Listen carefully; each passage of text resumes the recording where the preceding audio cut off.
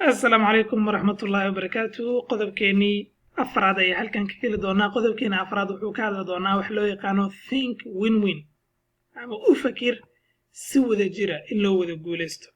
noloshu maahan aniga khasaaraya adiga guulaysanaya ama adiga khasaaraya aniga guulaysanaya ama wada khasaarana noloshu maaha waa inay noqotaa maxay win-win.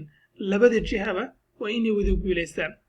bini aadanka waa qof bulshaawi ah amaba qof ku xindaaban bulsho. suuragal maaha qof bini aadana si gaara keligii inuu noloda suuragal maaha, way adagtaa. sidaa darteed ilaah wuxuu inaga abuuray maxay shucuuban wa qabaa'il buu ilaah naga abuuray. sidaa darteed qofka bini aadanka xiriiro badan buu leeyahay.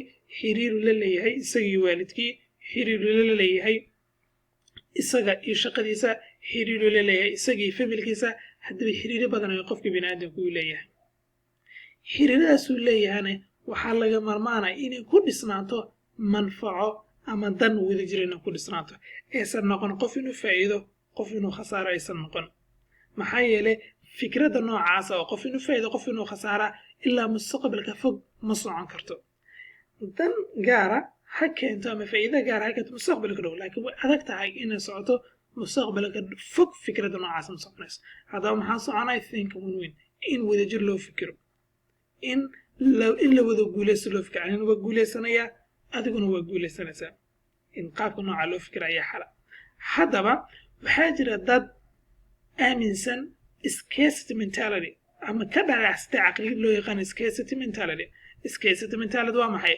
waa dad aaminsan in dunidu wax yaalo dadku inaysan ku wada filnayn. si qof u guulaysto qof waa inuu khasaaraa bay aaminsan yihiin.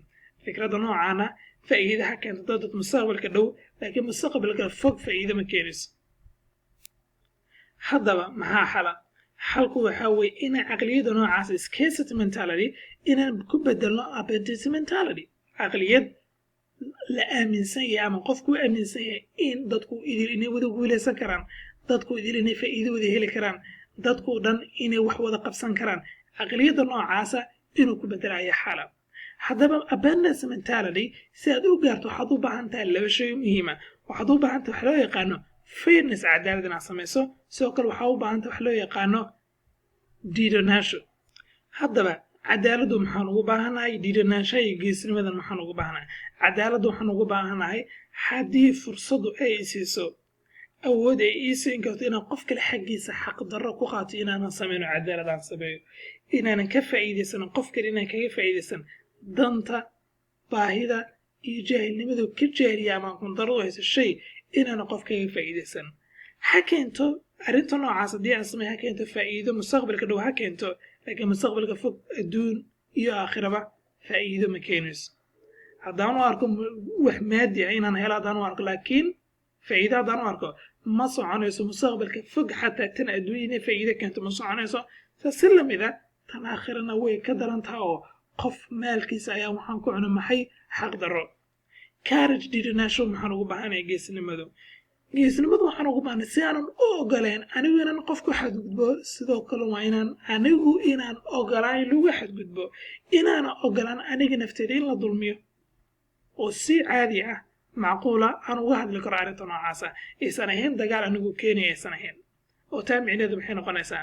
dad waxaa jira aaminsan si maslaxa u soo socdo iyagu inay khasaaraan si qof kale u faa'iido.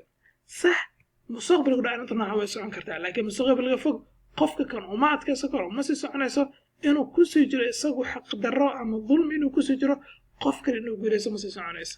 taa waxaa ka sii daran qofka arrimaha nooca loo qabanaya mararka qaarkood inuusan ogeyn in loo qabanayo arrinta noocana, in loo sabrayo, in loo tanaasulo inuusan ogeyn. taasoo dhalinaysa markii dambana dhalinaysa marka xaqaaga weydiiso qofkii inuu yaabo oo caadiyan u maleeyo isaga inuu guulayso adigu inaa khasarta caadiyan u malay. haddaba waxaa xalku waxay tahay buug wuxuu qoraya 2 jos ay aadaysataan. jos number 1 waxaa weeye inaad go'aansato nolol ama calaaqo ama xiriir la wada guulaysanayo inaad samayso number 1. ama 2 ah inaad iska dayso oo inaadan ogolaan buu kugu dhiirigelinaya xiriir aan labada dhinac la wada guulaysano win-win aysan ahayn. haddaba xiriirka guusha laga gaaro sidiisaba midka ku dhisan maxay win ku dhisan weeye insha allahu tacaala qodobkeena afraad halkay ku egaayay qodobkeena shanaad ayaynu geli doonaa hadduu aalid insha allah